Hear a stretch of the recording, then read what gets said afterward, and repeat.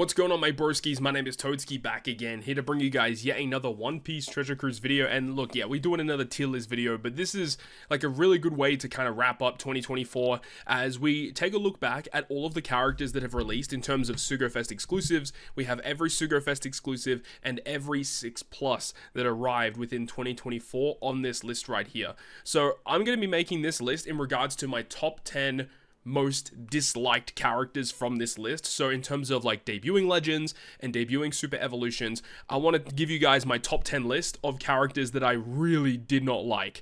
I'm going to be making an opposite video of this, of characters that I actually did like. So of course this is completely subjective in my own personal opinion. I'm sure everyone's top 10 is going to be vastly different in terms of what characters they like, what characters they don't like. I know that people have varying opinions in Treasure Cruise. So again, like, this is not like purely objective in any way. This is 100% subjective, like most things. But like, just because a character is like really good or like it has really high damage potential or something like that, I still might not like the character because of the way that the character is actually designed. I'm not really going to be putting in any of like the New Year's characters because like they haven't really been out for so long, but I will say like this character would be probably on that list. Like realistically should probably be on this list. This Fujitoran Green Ball, this unit is absolutely trash in almost every conceivable way, and the only reason he exists is because he was trying to sell S-Hawk, wherever the hell he is. He's in here, right up here. He's just trying to resell this guy. Anyways, we're here to talk about my top 10 most disliked characters that have released this year. In terms of number 10, we have Exchange VV. Exchange VV, I think the thing is we just immediately compare it to Exchange Ace because they are the same type of legend. You have to use your in-game resources in order to purchase this character, get the upgrade materials, level them up, etc. And they are very difficult to get to their max potential in terms of the amount of resources you have to spend. And for the amount of resources you have to spend, this character is not worth it. I will say Ace, getting him to at least level 99, getting his like super 10 and maxed and all of that, or final tap, whatever he has, like this character, he has potential. He has some use cases in the future for sure. VV has not. She does not need to be an exchange legend, and even if she was, the amount of materials you require to get this character maxed is just absurd. This character should not be like that difficult to max out. So overall, really, really bad design with this VV, and I think is definitely well deserving in being in like top 10 most disliked or top 10 worst legends to release this year. I'm going to swiftly move on to the next one. There's not really much else to talk about. VV, she's just kind of trash. Now, this next unit is actually a character that sees a decent amount of play, at least in Pirate Rumble, not really in normal content, and that's Wano Law. The thing is like this guy was already like pretty good in Rumble. We already knew that, but we were kind of expecting some pretty big increases to his abilities, and unfortunately, I feel like they really didn't change that much.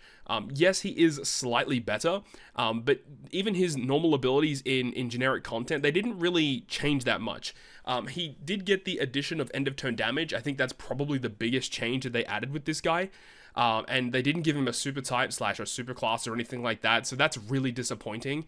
And the character special requires you to have like a certain like slot. I think it's like a rainbow or a Wano slot before you launch the special in order to get your bonuses. Like, it just doesn't make sense. The design of this guy just is really terrible, honestly. Really don't like the way they went about giving him the 6+. It really should have been a lot better. So yeah, I really think, unfortunately, Wano Law, it just in terms of personally, I'm really not a fan of what they did for his 6+. Was definitely hoping for much more. So moving on to our number 8 position here, it's going to be a character that came out like literally at the start of the year, and it is a Super Sugofest exclusive, and that is Roger and Odin. I think some people would probably be surprised about this one, but ever since this character was first announced, I've never been a fan of this unit. Like, this character is like a combination of V1 Roger and V1 Odin together, and just kind of like merging their abilities together, whilst also just being not that great. This character, while it being super awesome being a Roger and an Odin unit together, like, I think that the unit selection was fine. I didn't have a problem with that, but the unit design was where I had a bit of a problem. First of all, the character being slasher and striker focused is a bit of a weird choice, considering they're both slashers. And I would suggest that they're probably both free spirit focused as well. So that's a little bit of a strange choice, but of course makes sense with the rest of the batch that they came out with. Just the character just doesn't do enough, in my opinion. This ability of being able to resist the red haki blowaway effect of your buffs it just isn't that useful anymore. Like, there aren't too many cases where you even need to resist it. And I mean, yes, they have despair reduction in their captain ability, but that's basically where the utility ends. The character really just doesn't have any utility. They just don't do a lot of cool stuff at all. I mean, they give you a full board of Wano slots. Okay, it's fine. They give base attack boost. But their special ability, like attack boost, whatever it may be, I mean, orb buffs, like, they're just a really weird character. Like, they just don't have enough damage. They're just a really weird character that don't really synergize with a lot of great units. Yes, you can use Zora and Sanji with them, but that's what I'm saying. Like, this character debuted alongside Zora, Sanji, and Yamato, and if you compare what these characters are currently doing in the game compared to what this guy does, it's a huge miss. Huge L. The character's okay in Rumble, I guess, but the character is just a massive L. They just didn't really design him that well. Aged very, very poorly. This character is really never going to see play, in my opinion, unless if they focus more on the quick and slasher stuff, but I just don't see that being a case. So I think it's just a really bad unit design, especially when you compare it to what they debuted with, which is such a shame. The next character on the list is number 7, and it's going to be a Kazuna Clash legend that came out a little bit earlier in the year, being the Dex Tandem Whitebeard. I don't think too many people would be surprised about that. This character, man, the fact that it's a Whitebeard is one of the most popular characters in One Piece, and the way that they treated this guy just feels so bad. And I mean, it really comes down to the fact that, I don't know what they're doing, but these memories of characters have the worst design philosophy in One Piece Treasure Cruise history. Like, this whole, like, category of characters, like, obviously focusing on older arcs, I think it's a really cool idea thematically. I really like that they do characters such as this, but the unit design is so bad. I mean, Striker Powerhouse, which makes a lot of sense. The captain ability just doesn't do anything. Like, cooldown attack boost, HP boost, tandem slots matching. You can buff chain by 2 turns when you use a special that increases any chain multiplier growth rate, and then damage reduction if you're above half HP. Okay. The special ability, while it has an okay ability, look at this, 30 freaking turns. Like, get out of here, man. I mean, nobody waiting that long for a special such as that. That's just ridiculous. And then the super special is fine. It's okay, but it's just not that great. They just really did not design this character that well.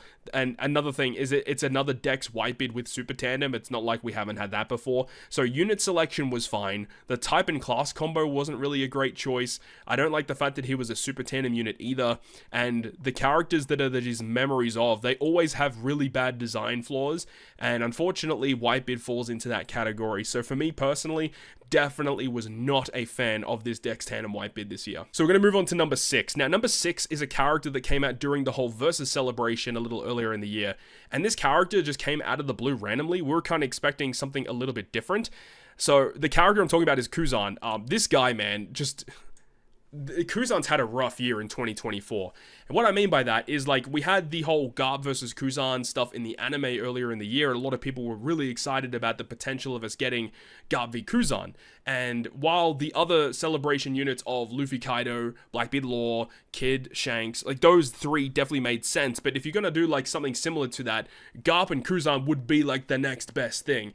And considering earlier on in the year we had this whole Blackbeard batch, a lot of these characters could involve Kuzan in their kits, like in terms of super tandem requirements, super type requirements. All the supports would attach to Kuzans as well, but we never got a Kuzan during this celebration, which doesn't make any sense at all. And then you release a Kuzan alongside Blackbeard and Law, but then for some reason they had this Galaxy Impact Garp in the pipeline, so they knew they were going to do this, and for some reason they just released a Kuzan with this. The whole reason Kuzan is here is because, like, they released the Kuzan with this unit because they wanted a character that could make Law work and could also support Blackbeard. This guy is a striker and powerhouse, so like, it makes sense. They work well with both sides of the Versus unit. But the character, in terms of what he does, he just doesn't do anything, man. Like, at least nothing useful. His abilities are all, like, manipulating your HP, because that's what the Law and Blackbeard batch was all about. If you're not using Law and Blackbeard, this character just doesn't do anything. He's not that useful at all. So, just terrible, terrible design for this character. Terrible unit choice in terms of the celebration, especially because this guy's, like, right here. Yeah, as I said, Kuzan's had a really bad 2024, man. I really hope things improve for him, because oh man, this was a frustrating release. This guy should not have released when he did. They should have definitely made things a little bit better, especially because when they ended up releasing this Garp, we got a free-to-play Kuzan instead. Now, I will say that free-to-play Kuzan is really good. I mean, but then, like, you go back to this, when we got this release, we got, like, the free-to-play Sulong Beppo, which, like, I don't get it. Why wasn't Kuzan the free-to-play unit there? And then we got a Legend Sulong Beppo. That would have been so sick. I think a lot of people would have been excited for that. And then, like, have a Legend Kuzan with this instead of this, and make this the free-to-play character. I think that would have made so much more sense. People would have been so much more excited in a scenario like that.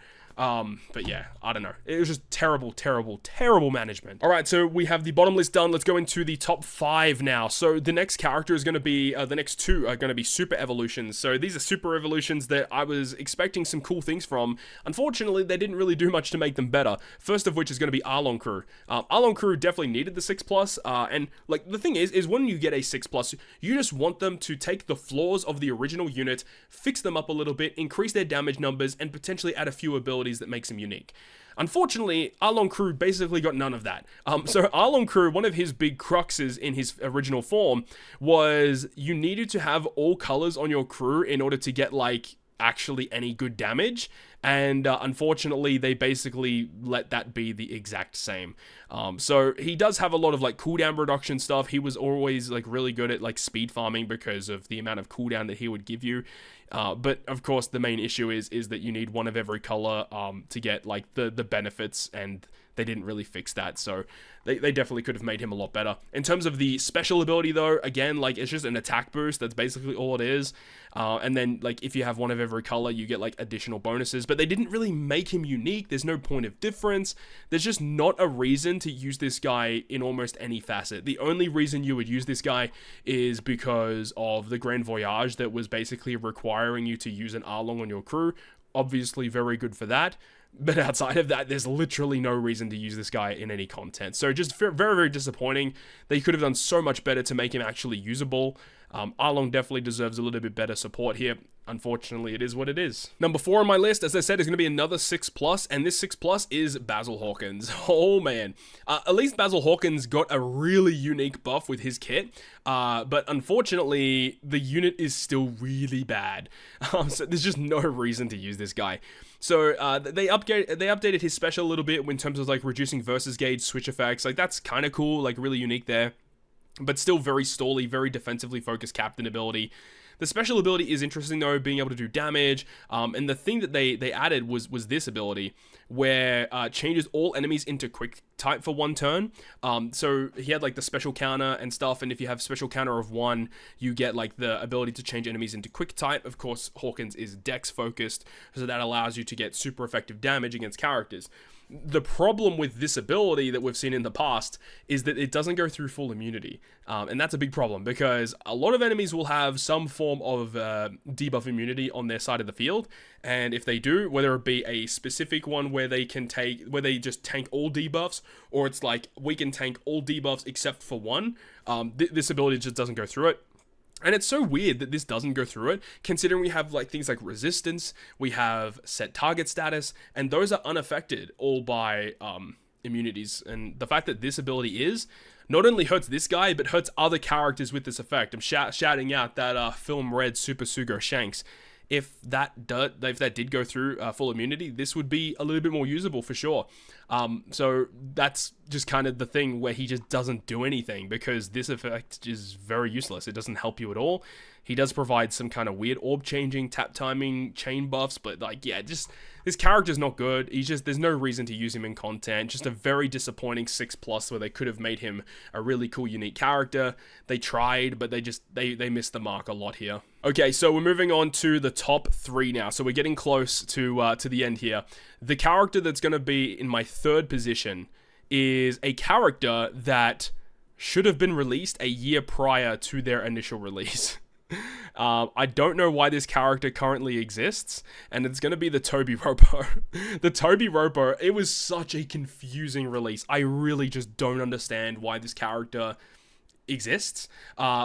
There is a reason, because there is great synergy between this character and Magma Kaido, the Super Sugo Fest exclusive that released, like, 6 months or more the year prior. Like, it's just nuts that this character came out when they did. Like, they definitely designed this character with Magma Kaido in mind, but very, very late to the party with this unit here.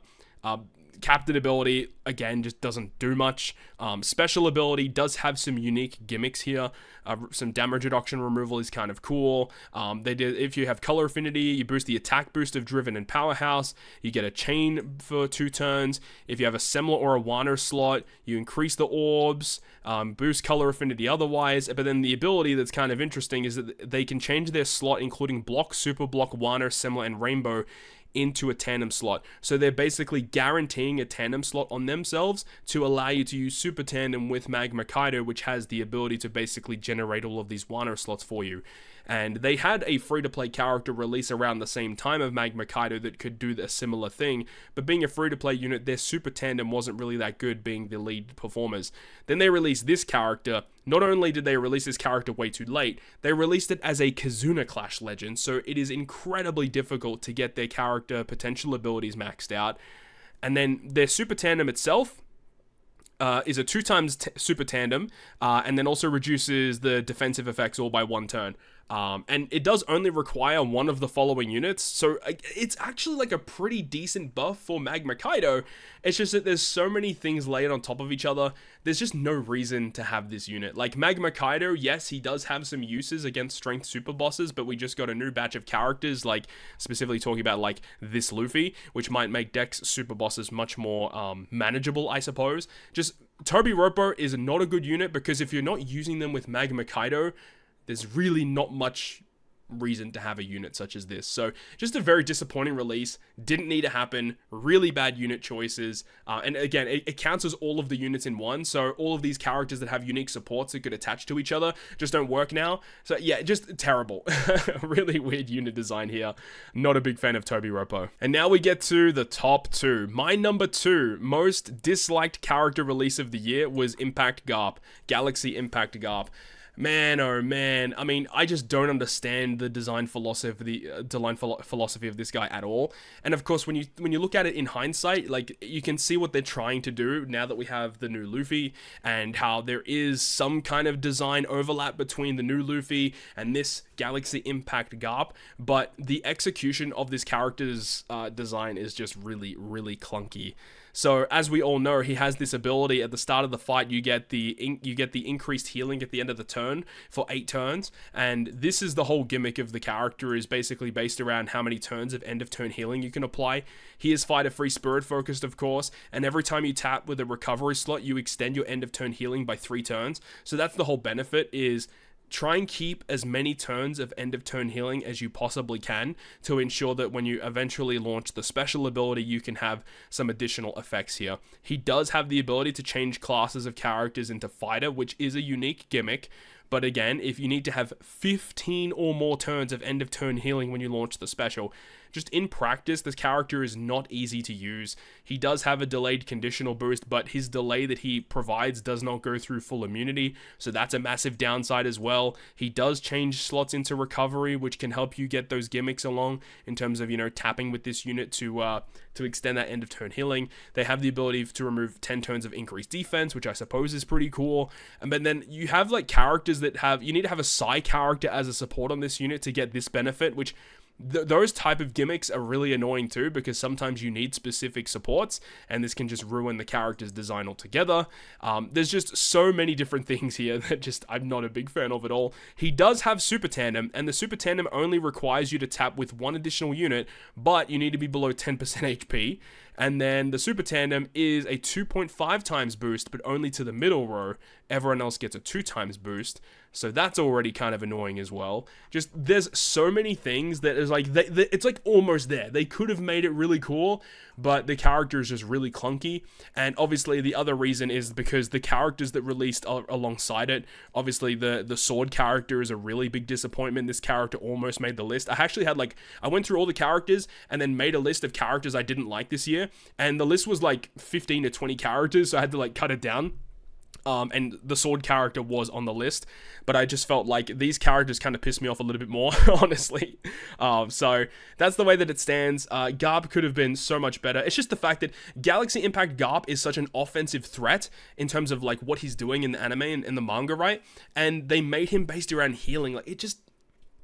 I don't get it. I just don't get it. It was just a really, really bad design. But it wasn't my most disliked character of the year.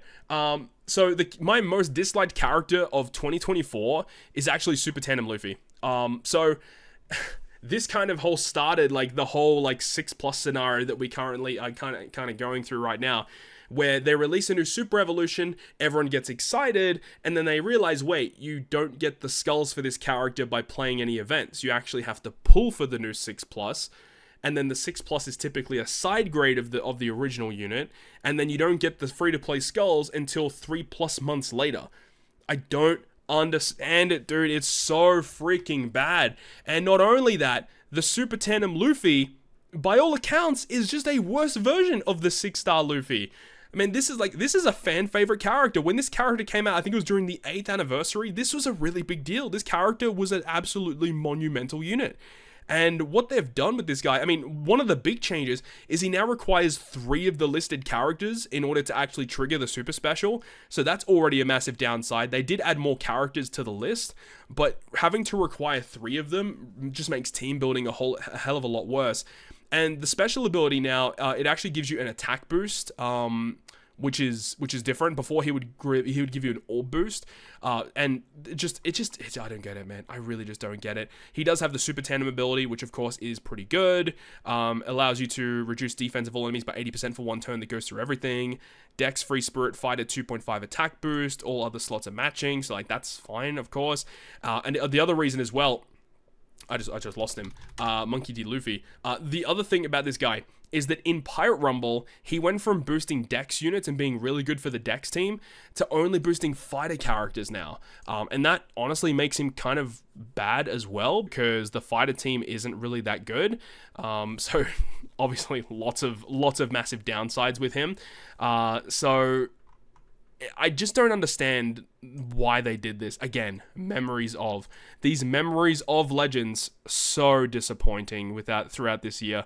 So I really hope that we get, a little bit more love for the Memories units. I hope that they're designed a little bit better, because as it stands right now, I really, really, really dislike what they did with this Luffy.